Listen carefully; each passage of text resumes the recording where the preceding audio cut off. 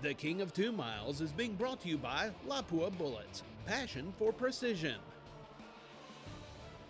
Blackstone with graphene by IA Coatings, innovation without boundaries.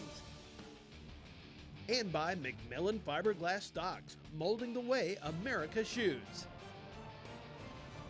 Welcome back to Raton, New Mexico, and the King of 2 Miles presented by Applied Ballistics. Our next shooter will be Dan Schmidtko from Morrisdale, Pennsylvania. His spotters will be Dervin Wick and Ronnie Wright. Dan Schmidtko is the owner of Cutting Edge Bullets, and he won this event in 2015.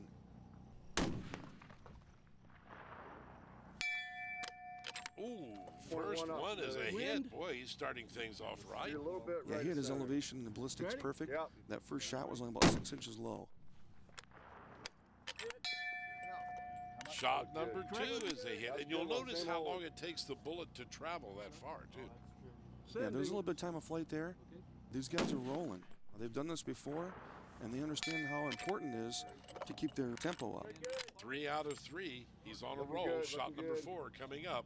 Yeah, those last 3 shots were only with about 2 inches of elevation with all 3. So their elevation, they have that dialed in perfectly. Oh, a miss right there. Looked like it was a little bit high, Paul. Yeah, a little bit high. As a shooter, you have to make sure you're consistent with your positioning and your trigger control. There you go.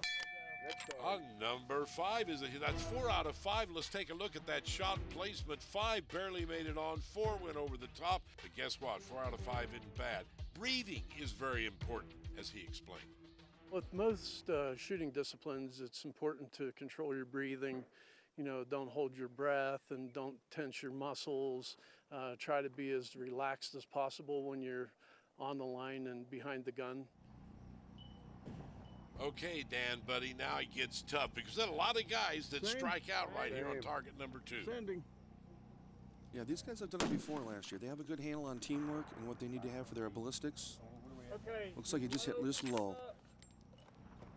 The spotter saw the call. Point 4.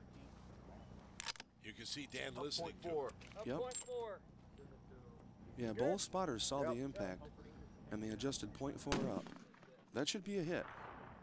That's Hit. Called it right, Paul. They got it. Yeah, they just got on the bottom edge. Let's see if he might hold or if they're going to adjust up. Point 1. Smitty. Good. Yeah. Yeah, these guys are seeing everything, as you can see. Nope, a miss on that one. But doesn't matter. He hit one of them. That's all you got to do on target 2 is hit one of them, and you move on to target 3. Okay, target 3, going to just past a mile. Same win, Smitty. Like I said, they've done this before, and it's very crucial once you get at farther distances that the spotters really pay attention to these impacts because it gets harder and harder to see. I saw it. The first one is low. You can see right there in the lower right screen. 0.6.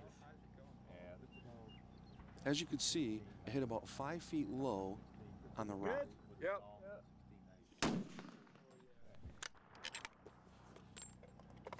Now he got just a little bit high. Down 2, Smitty. One more shot, one more try. Okay. The adjustment's very critical. Yep.